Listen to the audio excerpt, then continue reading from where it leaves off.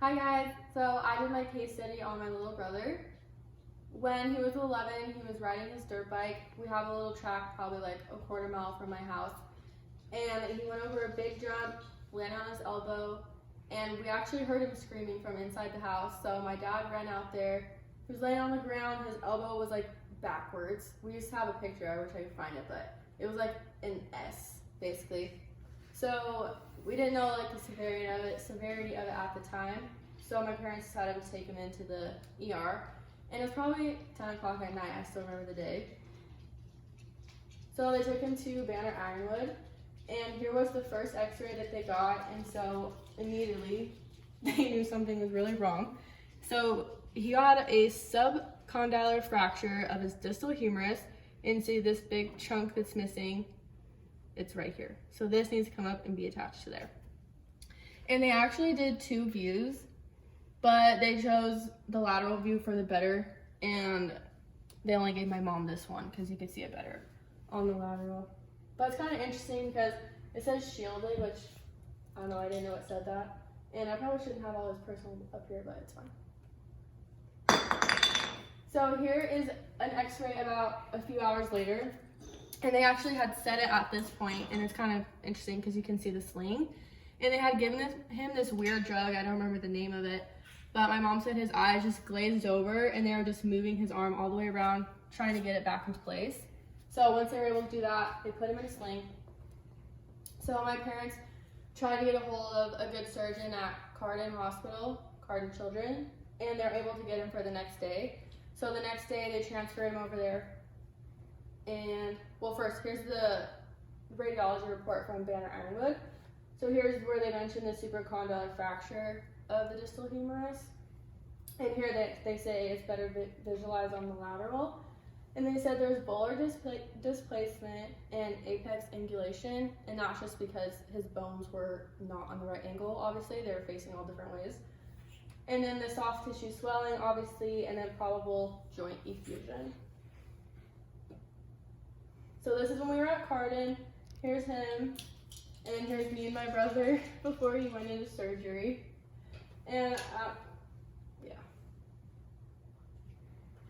And then this x-ray isn't actually his x-ray. Me and my mom looked so long to try to find his x-rays from Carden, but I don't know, she thinks she threw him out or something.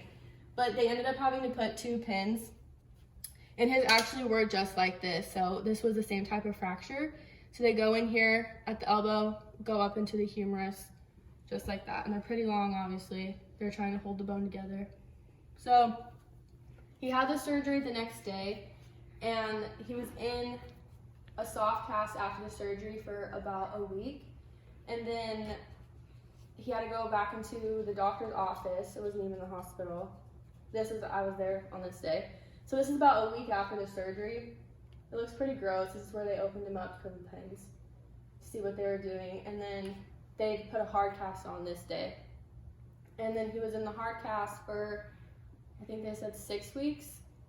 And then we had to go in and they just pulled the pins out, no anesthetic or nothing, and he screamed. It was really sad. They just pulled those babies out with nothing. So after he got his pins out, he did physical therapy for 4 weeks. And my mom was really apprehensive about physical therapy. She wasn't really sure. And our surgeon had originally said they hoped for 90% mobility back into his arm. And actually, after the 4 weeks, he had 100% mobility back. So that was really cool. So now we're believers of physical therapy. Okay, so here he is. He's almost 21, still riding dirt bikes, 100% mobility in his arm. Thank you to Dr. Scoggins. All right, now I have my brother Holden. So we're gonna ask him a few questions about the accident. So when you crashed, do you remember, like, did you black out? Did it pop? I crashed. I remember saying, uh-oh. And I crashed after hitting a jump, I guess. And then everything kind of went black.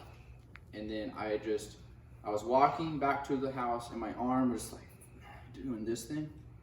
And Dad was going out there and he was like, oh my God. And that was pretty much it. Ride to the hospital was pretty not fun. Do you remember like your interaction with the X-ray tech or anything like that? Not really. I just remember it being dark, and I was just laying there like this. You're pretty out of it. I was pretty out of it. You got I that don't- weird drug. When they Well, that was manipulated your after. arm. That was after. Yeah. They did all this before, and it was. I think it was a mixture of a lot of things. I feel like. All right, and now come in, zoom in on the scar. So this is Nice. Full mobility. full mobility. Check that out. They said I was never gonna be able to use this arm again, but here I am. All right. Thanks for watching, guys. Awesome.